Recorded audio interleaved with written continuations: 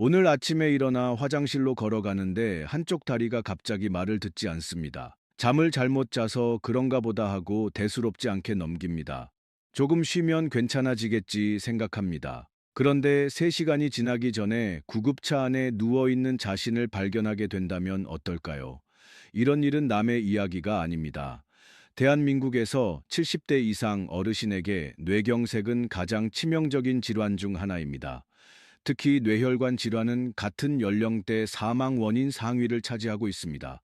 우리는 흔히 얼굴이 한쪽으로 내려앉거나 말이 어눌해져야만 뇌졸중이라고 생각합니다. 그러나 실제 현장에서는 전혀 다른 모습으로 시작되는 경우가 많습니다. 얼굴보다 먼저, 말보다 먼저 다리가 신호를 보내는 경우가 적지 않습니다. 며칠 전부터 한쪽 다리가 묘하게 힘이 빠졌거나 몇 시간 전부터 발끝이 자꾸 걸렸던 경험이 이미 경고였을 수 있습니다. 오늘 영상에서는 다리에서 먼저 나타나는 뇌경색 전조 증상 7가지를 바로 알려드리겠습니다. 이 중 하나라도 해당된다면 절대 기다리지 마시고 즉시 119에 연락하셔야 합니다. 지금 부모님과 함께 보고 계시거나 본인이 60대, 70대이시라면 좋아요 한번 눌러주세요. 더 많은 분들이 이 정보를 알 수 있습니다. 그리고 혹시 다리가 이유 없이 약해졌던 경험이 있다면 댓글에 짧게 저도 경험했어요 라고 남겨주세요. 여러분의 이야기를 모두 읽겠습니다. 왜 뇌경색은 얼굴보다 먼저 다리에서 신호를 보낼까요? 어렵게 생각하실 필요 없습니다. 오래된 아파트를 떠올려 보시면 이해가 쉽습니다.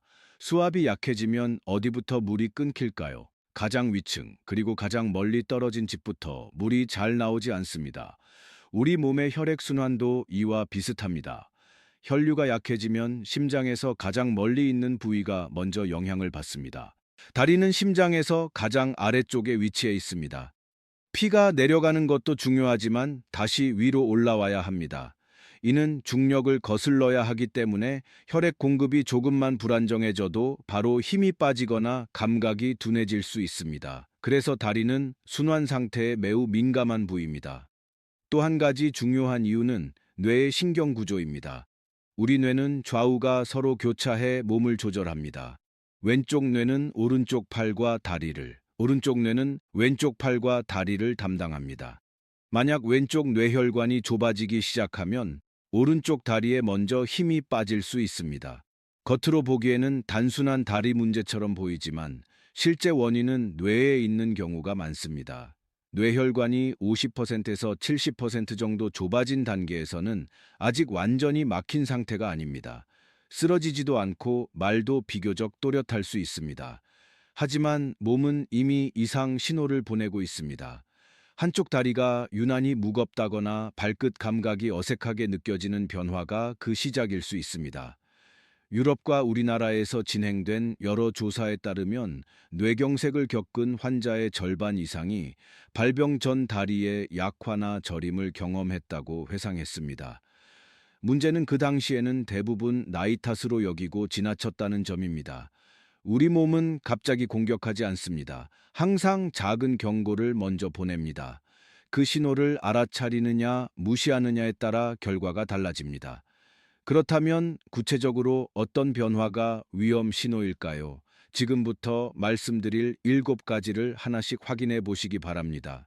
여러분이나 가족에게 해당되는 증상이 있는지 차분히 살펴보셔야 합니다. 이제 가장 먼저 나타나는 3가지 신호를 말씀드리겠습니다. 많은 분들이 나이 들어서 그렇겠지 하고 넘기기 쉬운 증상들입니다.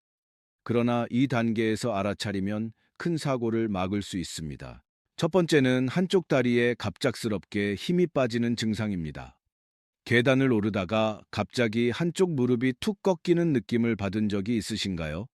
평소처럼 의자에서 일어나는데 유독 한쪽 다리에 힘이 들어가지 않아 몸이 한쪽으로 쏠린 경험은 없으신가요? 이런 경우 대부분은 어제 많이 걸어서 그렇다, 근육이 약해져서 그렇다라고 생각합니다. 그러나 근육 피로라면 보통 양쪽 다리가 함께 무겁고 서서히 힘이 떨어집니다. 시간이 지날수록 더 지치는 양상으로 나타납니다. 반면 뇌 혈관 이상은 특징이 분명합니다. 한쪽만, 그리고 갑자기 나타납니다. 몇 걸음 걷다가도 툭 힘이 빠지고 방향이 틀어집니다. 쉬어도 완전히 개운하지 않고 같은 쪽에서 반복된다면 단순한 근육 문제가 아닐 가능성이 높습니다. 특히 일주일 사이 두세 번 이상 비슷한 상황이 생겼다면 반드시 의심해야 합니다. 두 번째는 한쪽 다리의 저림이나 감각 둔화입니다. 맨발로 집안을 걷는데 두꺼운 양말을 신은 것처럼 둔하게 느껴질 수 있습니다. 바닥이 차가운지 따뜻한지 구분이 잘 되지 않기도 합니다. 발바닥에 솜을 깔고 걷는 느낌이라고 표현하는 분들도 있습니다. 많은 분들이 허리 디스크를 먼저 떠올립니다. 물론 허리 문제로도 저림이 생길 수 있습니다. 그러나 디스크로 인한 저림은 대개 자세에 따라 달라집니다. 오래 앉아 있거나 허리를 굽히면 심해지고 자세를 바꾸면 완화되는 경향이 있습니다. 반면 뇌에서 오는 감각 이상은 자세와 큰 관련이 없습니다. 누워 있어도 서 있어도 비슷하게 느껴집니다. 또한 한쪽에만 또렷하게 나타나는 경우가 많습니다. 이것은 발의 문제가 아니라 감각을 해석하는 뇌 부위에 혈류가 부족하기 때문에 생기는 현상입니다. 단순 저림이라 생각하고 넘기기에는 의미가 다릅니다. 세 번째는 걸을 때 다리를 끄는 보행 변화입니다. 본인은 평소처럼 걷는다고 생각하지만 가족이 먼저 이상을 알아차리는 경우가 많습니다. 바닥을 스치는 소리가 난다, 발끝이 자꾸 걸린다 라는 말을 들을 수 있습니다. 신발 앞코가 한쪽만 유난히 빨리 닳는 것도 단서가 됩니다. 발목을 들어 올리는 힘이 약해지면 발끝이 바닥에 끌리게 됩니다. 이런 변화는 서서히 진행되기도 하지만 어느 날부터 뚜렷해지는 경우도 있습니다. 중요한 점은 본인이 자각하지 못하는 경우가 많다는 사실입니다. 그래서 가족의 관찰이 매우 중요합니다. 이 세 가지는 모두 겉으로 보면 노화처럼 보입니다. 그러나 공통점이 있습니다. 한쪽에만 나타나고 갑작스럽거나 반복적이라는 점입니다. 일주일에 두세 번 같은 쪽 다리에서 이상이 느껴진다면 절대 가볍게 넘기지 마십시오. 작은 변화가 큰 위험의 시작일 수 있습니다. 이제부터 말씀드릴 네 가지는 더 위험한 단계입니다. 단순한 불편함을 넘어 낙상과 영구적인 마비로 이어질 수 있는 신호입니다. 이 단계에서는 절대 지켜보지 마시고 바로 행동하셔야 합니다. 네 번째는 자주 발이 걸리고 넘어질 뻔하는 증상입니다. 평소에 익숙하게 다니던 집안 문턱이나 계단에서 유난히 발이 걸린다면 그냥 시력이 나빠져서라고만 생각하시면 안 됩니다. 우리 몸에는 고유 감각이라는 기능이 있습니다. 이는 눈으로 보지 않아도 발이 어디에 놓여 있는지 뇌가 스스로 아는 능력입니다. 그런데 뇌혈관에 문제가 생기면 이 감각이 둔해질 수 있습니다. 발의 위치를 정확히 인지하지 못하니 작은 턱에도 걸리고 계단 높이를 잘못 짚어 휘청거리게 됩니다. 특히 70대 이상에서는 한 번의 낙상이 고관절 골절로 이어질 위험이 매우 큽니다. 고관절이 부러지면 수술과 긴 재활이 필요하고 그 과정에서 전신 기능이 급격히 떨어질 수 있습니다. 단순한 실수가 아니라 뇌가 보내는 구조 신호일 수 있다는 점을 기억하셔야 합니다. 다섯 번째는 다리의 떨림이나 스스로 제어하기 어려운 움직임입니다. 추워서 잠깐 떠는 것과는 다릅니다. 긴장해서 다리가 달달 떨리는 상황과도 구분해야 합니다. 문제의 떨림은 특별한 이유 없이 반복되고 멈추려고 해도 잘 조절되지 않습니다. 가만히 앉아 있는데 한쪽 다리가 불규칙하게 움직이거나 힘이 들어갔다 빠졌다를 반복한다면 뇌에서 내려오는 운동 신호가 불안정해졌다는 뜻일 수 있습니다. 이는 근육 자체의 문제가 아니라 신호 전달 체계의 문제입니다. 시간이 지날수록 빈도가 잦아진다면 더 이상 미루지 말아야 합니다. 여섯 번째는 걷다가 몸이 한쪽으로 기울거나 비틀거리는 증상입니다. 술을 마시지 않았는데도 중심이 흔들리고 직선으로 걷기가 어렵다면 뇌의 균형을 담당하는 부위의 혈류가 부족할 가능성이 있습니다. 이런 증상은 아침에 더 뚜렷해지기도 합니다. 밤사이 혈압이 낮아지면서 뇌로 가는 혈류가 줄어들 수 있기 때문입니다. 단순한 기립성 저혈압이라면 잠시 앉아 있으면 호전됩니다. 그러나 뇌 혈관 이상으로 인한 불균형은 쉬어도 완전히 사라지지 않거나 반복적으로 나타납니다. 특히 같은 방향으로 몸이 기울어진다면 주의가 필요합니다. 일곱 번째는 일과성 허혈 발작기입니다. 흔히 잠깐 괜찮아졌다라고 표현되는 상태입니다. 한쪽 다리에 힘이 빠지거나 감각이 둔해졌다가 10분에서 20분 사이에 다시 정상처럼 돌아옵니다. 그래서 많은 분들이 병원에 가지 않습니다. 그러나 통계적으로 10명 중 7명은 석 달 안에 실제 뇌경색을 겪을 수 있습니다. 그중 절반은 이틀 안에 발생합니다. 잠깐 스쳐 지나간 증상처럼 보여도 그것은 큰 사고의 예고편일 수 있습니다. 반드시 기억하셔야 합니다. 증상이 저절로 사라졌다고 해서 안전한 것이 아닙니다. 그것은 마지막으로 울리는 화재 경보일 수 있습니다. 이 경고를 무시하면 다음에는 되돌릴 수 없는 결과로 이어질 수 있습니다. 이제 실제로 전혀 다른 결과를 맞이한 두 분의 이야기를 들려드리겠습니다. 나이도 비슷했고 처음 나타난 증상도 크게 다르지 않았습니다. 그러나 선택 하나가 삶의 방향을 완전히 갈라놓았습니다. 첫 번째는 부산에 사는 71세 김동욱 할아버지입니다. 평소 등산을 좋아하고 동네 모임에도 빠지지 않던 분이었습니다. 어느 날부터 오른쪽 발끝이 바닥에 살짝 끌리는 느낌이 있었지만 본인은 대수롭지 않게 여겼습니다. 그런데 함께 산책하던 아들이 이상을 알아차렸습니다. 아버지 걸음이 조금 이상하다. 오른쪽 신발 앞코만 유난히 빨리 닳았다는 점을 발견한 것입니다. 아들은 망설이지 않고 병원 검사를 권했습니다. 검사 결과 왼쪽 뇌혈관이 약 65% 정도 좁아져 있었습니다. 아직 완전히 막히지는 않았지만 언제 큰 뇌경색으로 이어져도 이상하지 않은 상태였습니다. 다행히 조기에 약물 치료를 시작했고 혈압과 혈당을 철저히 관리했습니다. 식습관을 바꾸고 매일 빠르게 걷기를 실천했습니다. 그 결과 큰 사고 없이 일상생활을 유지하고 있습니다. 김 할아버지는 나중에 이렇게 말씀하셨습니다. 이호선 선생님, 그때 그냥 넘겼다면 지금쯤 어떻게 되었을지 모른다라고 말입니다. 두 번째는 인천에 거주하는 74세의 김동욱 할아버지입니다. 일주일 전부터 왼쪽 다리가 저리고 무거웠습니다. 계단을 내려갈 때 유난히 불안했지만 본인은 허리 퇴행성 변화 때문이라고 생각했습니다. 가족들도 나이가 들면 그럴 수 있다고 여겼습니다. 병원 방문은 미뤄졌습니다. 그러던 어느 아침 부엌에서 아침 식사를 준비하다가 갑자기 중심을 잃고 쓰러졌습니다. 병원에 도착했을 때는 이미 오른쪽 뇌에 큰 경색이 진행된 상태였습니다. 결국 왼쪽 반신에 마비가 남았습니다. 재활 치료를 받고 있지만 이전처럼 걷는 것은 쉽지 않은 상황입니다. 두 분의 차이는 단 하나였습니다. 증상을 느꼈을 때 바로 검사했는가 아니면 기다렸는가의 차이입니다.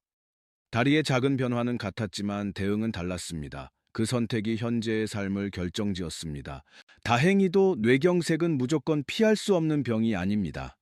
여러 국제 보건 자료에 따르면 생활습관 관리만으로도 상당 부분 예방이 가능합니다.